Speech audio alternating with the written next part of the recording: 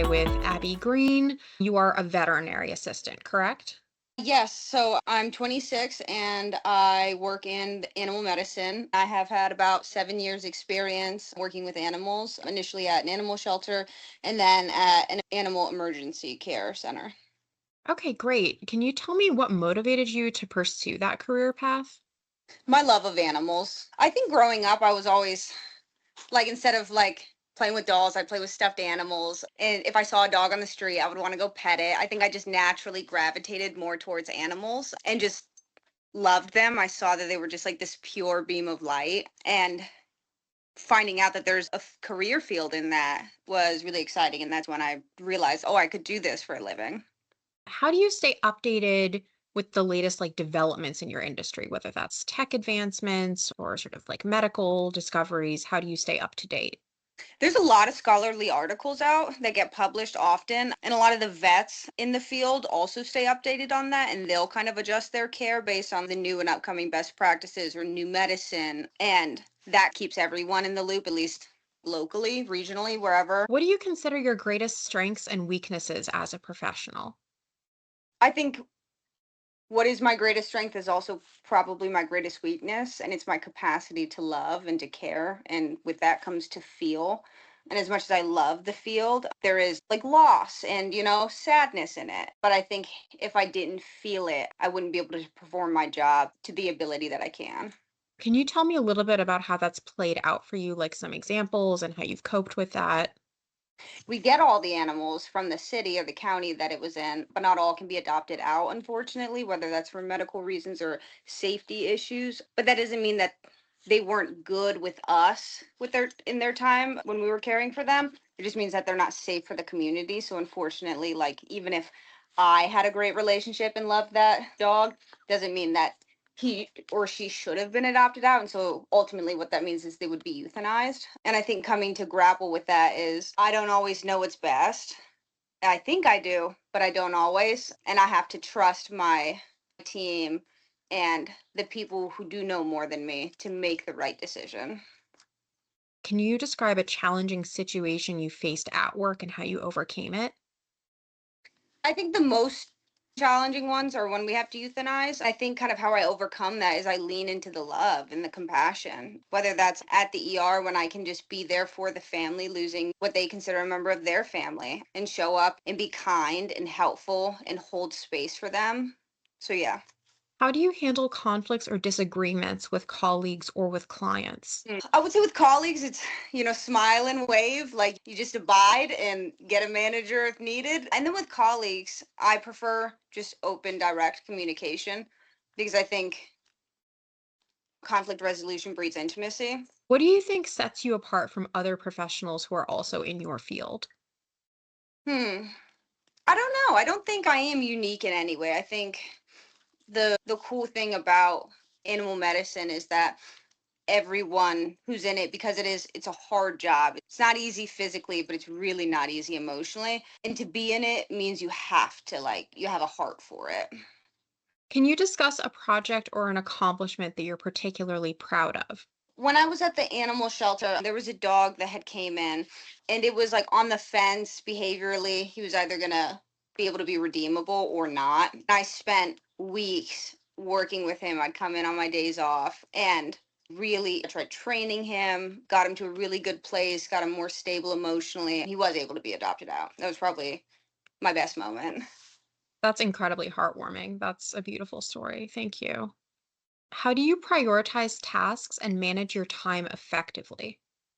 So I guess at the ER, it is the task is if there's like an emergency happening and the level of emergency. And so it kind of, in that way, sorts itself out, becomes incredibly clear. Sure. So you're saying it's almost like the priorities are done for you because the level of need is obvious. Is that what you're saying? Yeah.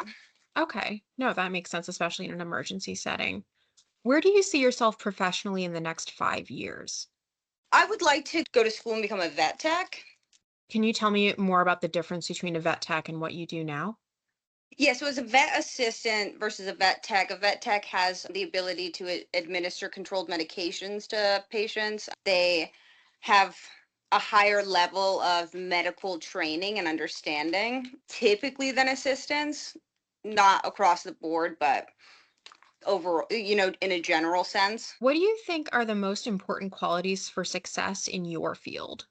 I would say empathy and hard work. I think those are two of the biggest ones. And the ability to not let the world take that empathy from you and to not let yourself build an armor. Would you say that empathy extends to the animals or to their owners or both? I would say both. What do you find most fulfilling about the work that you do?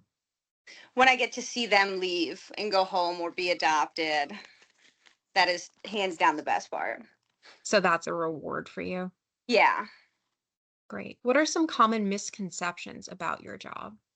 We get to play with puppies and kittens all day when we rarely do. What would you say are like the more usual functions if you're not, playing with cats and dogs? Medical care, so at the ER, you might get a stat, an animal coding. You have to perform CPR. You have to hook it up to a bolus and administer fluids. Sometimes, once in a blue moon, you'll get a puppy with a stomach ache and it's just in and out the door. But more often than not, it is a true emergency. And I don't think folks always get that. How do you approach networking and building professional relationships? I think in the ER, so at the hospital I'm at, we have like multiple departments. We have like an ophthalmologist, a cardiac doctor, neuro, cancer ward. So we have like kind of like different fields in one building. And I think if you wanted to check out neurology, you could.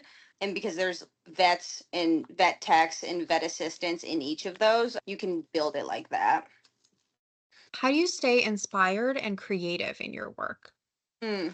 Creative? I don't know if I have any new ideas, but inspired seeing the success stories and seeing the things that you thought maybe wouldn't make it, make it. What personal qualities about you or habits that you have helped you succeed the most in your career? I think having a good work ethic has helped because the shifts are 13 hours. So, yeah, I would say a work ethic. Okay. How do you measure success in your work? By not making any mistakes, or like in terms of like it medically, by not Oh, being the one that makes it go from bad to worse.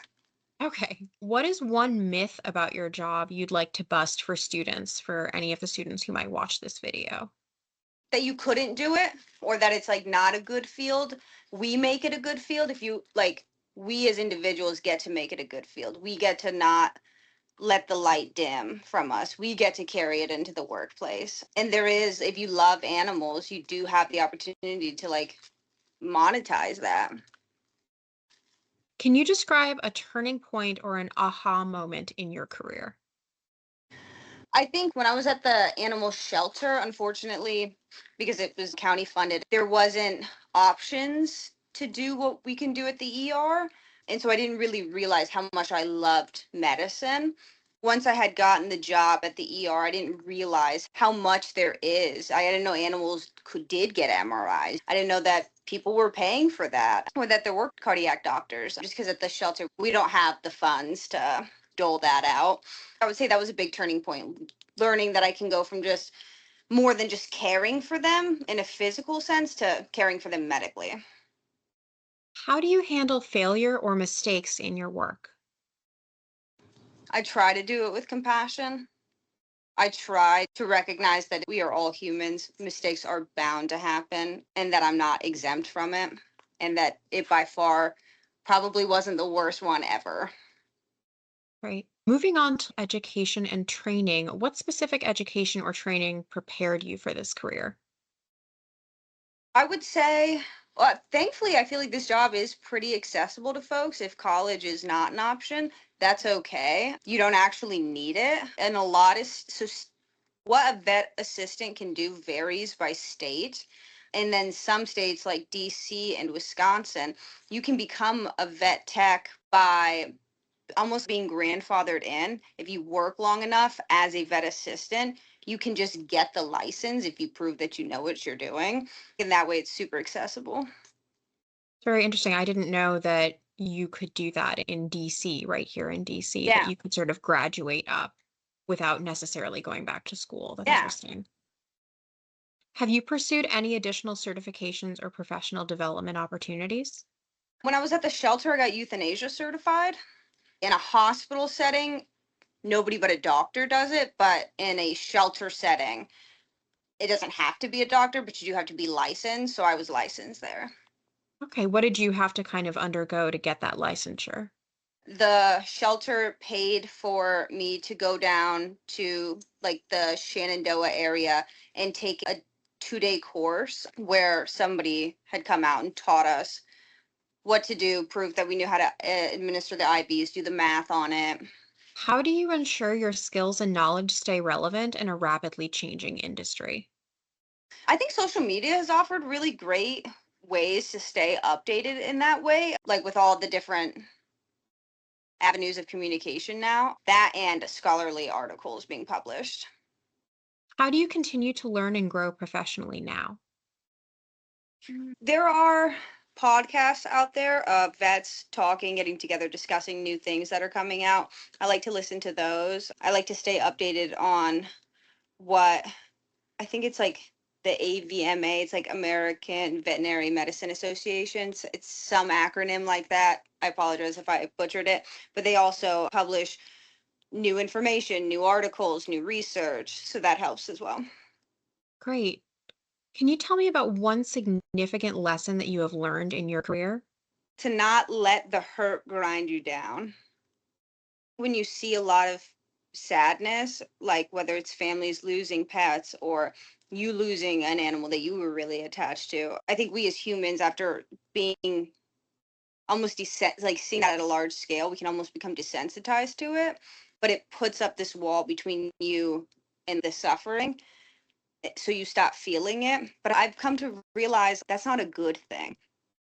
Some people think it's to protect yourself, but I think to feel it is to heal it, to be there and to hold the space for something that you love, or to hold the space for a family that's losing something they love, is far more powerful.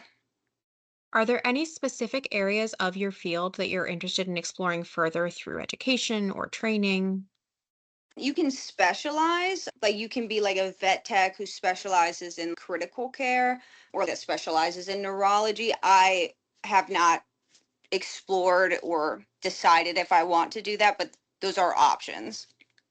Okay. Did you always know you wanted to do this work, or did your interests change over time?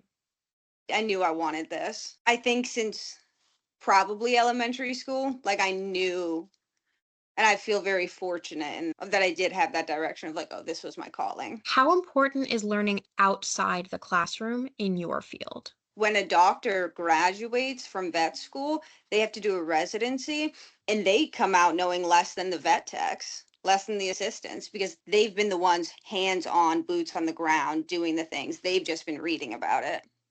The doctors have just been reading about it. Yeah.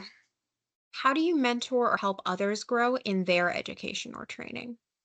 With training, I'm kind of the like, see it, do it, show somebody else. Like those are like the I'll show you, you show me that you can do it, and now you go show somebody else how to do it. What are the primary responsibilities of your position?